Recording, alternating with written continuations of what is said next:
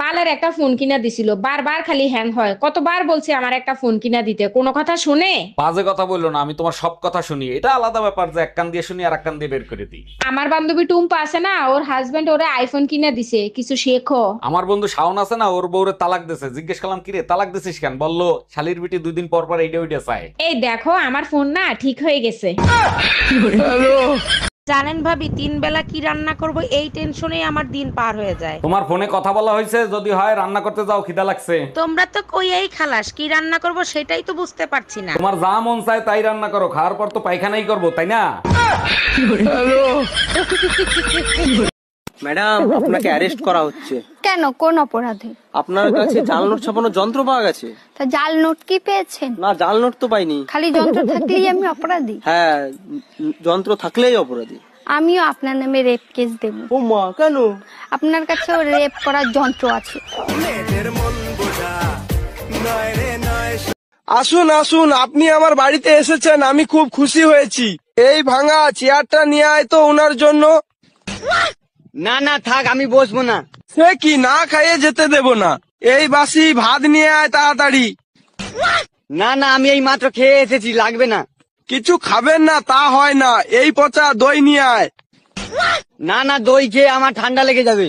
তা কি হয়, কিছু না হোক অন্তত 1 গ্লাস পানি তো খান। ওরে মুতে পানি নিয়ে আয়।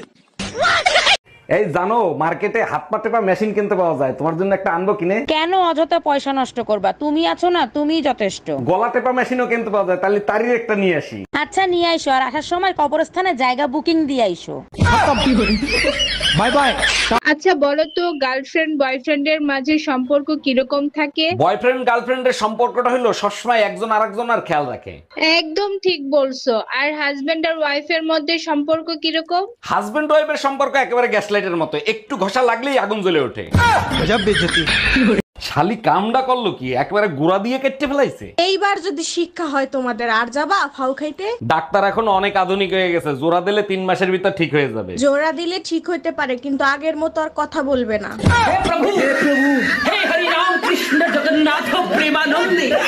এই সুপ্রিয়া, মনোজের জন্য মেয়ে দেখতে গেছিলাম, মেয়ে কি পছন্দ হয়েছে? মেয়ে পছন্দ হয়েছে, তোমার ভাইয়ের সাথেও মানাবে, কিন্তু একটু সমস্যা আছে। একটু সমস্যা তো, ওইটা কোনো ব্যাপার না, তুমি কথা বলো। তা কি সমস্যা? দেখলে বোঝা যায় না, তবে কথা বললে বোঝা যায় মেয়ের মাথায় একটু সিট আছে। আরে এইটা কোনো সমস্যা হলো? 25 বছর ধরে আমিও তো পাগল নিয়ে সংসার করতেছি। আমার সাথে মার্কেটে চলো, বালতি নষ্ট হয়ে গেছে, বালতি কিনে দিবা। আমি পারবো না, এই নাও টাকা, নিজে গিয়ে কিনে নিয়ে আসো। কেন, আমার সাথে মার্কেটে গেলে কি তোমার মান ইজ্জত চলে যাবে নাকি? এর আগের বার ঝাঁটা কিনতে নিয়ে গেছিলি, 10,000 টাকা দামের শাড়ি কিনে নিয়ে এসিস, শালির বিটি। এই কই তুমি, তোমার আম্মা ফোন দিছে। বইলে তাও এখন ব্যস্ত আছি, পরে ফোন দিব। আম্মা, আপনার মেয়ে কুত্তাই না পোষ মানানোর চেষ্টা করতেছে। আরে তোমারে দিয়ে কুত্তা পোষ মানানো সম্ভব না। কেন সম্ভব না? প্রথম প্রথম তো তুমিও নাটক করছিলা। এই টুম্পা, কি হয়েছে, কাঁদতেছো কেন? আজকের পর থেকে আমি আর বাজারে যাব না। 4 রাস্তার মোড়ে এক লোক সিটি মারে আর ইশারায় ডাকে। আমার বউর সাথে ইপটিজিং করে কোন দোকানদার, তুমি শুধু নাম বলো। আরে কোনো দোকানদার না, ট্রাফিক পুলিশ। গাধা, ট্রাফিক পুলিশ গাড়ির সাথে ইপটিজিং করে, তোর সাথে না। আরে কে ভর দুপুরে দরজা নক করতেছে? আমি কুরিয়ার সার্ভিস থেকে আসছি। এটা কি মামুন সাহেবের বাড়ি? হ্যাঁ, এটা মামুন সাহেবের বাড়ি, আর আমিই মামুন। আপনার বউ তার বাপের বাড়ি থেকে আপনার জন্য কুরিয়ার পাঠাইছে। ও আচ্ছা, দেন। নেন, এখানে সাইন করেন। ডাক্তার, আমারে যদি ভালো করতে পারেন তাহলে চিকিৎসা করেন, তা না হলে অন্য কোথাও যাব। আরে কি বলেন, আমি হলাম সেই ডাক্তার, এখনো গোরস্থানের পাশ দিয়ে গেলে লাশ উঠে সালাম দেয়। বলেন কি? তা সালাম দিয়ে কি জিজ্ঞেস করে? এখন তো মরে গেছে, এখন তো বলেন আমার কি রোগ হয়েছিল।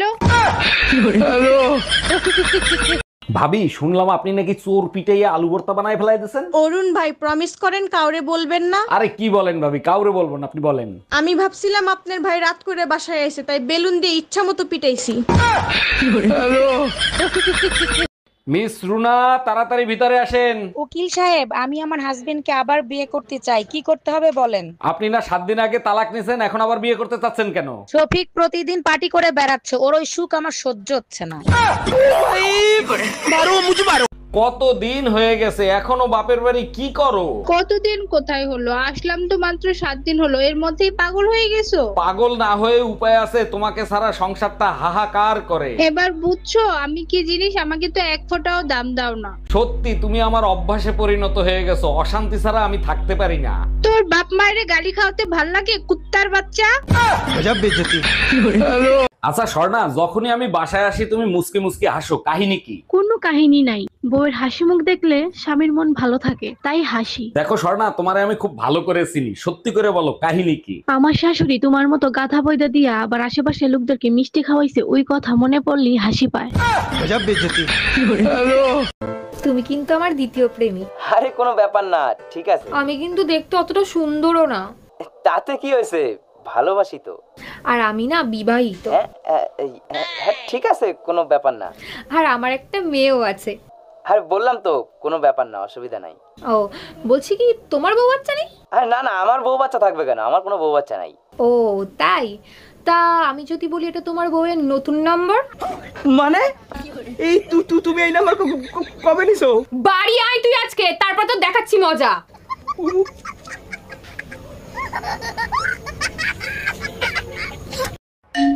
হ্যালো, এই কোথায় আছো তুমি? জাহান্নামের চৌরাস্তায় আছি। কেন, কি হয়েছে? এটাই আমি সন্দেহ করছিলাম, সকাল থেকে টুম্পা ভাবিরে খুঁজে পাওয়া যাচ্ছে না। টুম্পা ভাবিরে খুঁজে পাওয়া যাচ্ছে না? থানায় যাইতে বলো, আমারে ফোন দিছো কেন? তুই জাহান্নামের চৌরাস্তার লোকেশন পাঠা, আমি এক্ষুনি আসতেছি। জানো, তোমার মতো বউ পেয়ে সত্যি আমি ধন্য। ধন্য তো হবাই, না চাইতে সবকিছু হাতের কাছে পেয়ে যাও। প্রতিটা দোয়ায় শুধু বলবো পরের জন্মেও জানি তোমাকে বউ হিসেবে পাই। পাপও চাই, দোয়াও চাই, প্রয়োজন হলে কুমারী থাকবো, তবু তোকে বিয়ে করব না।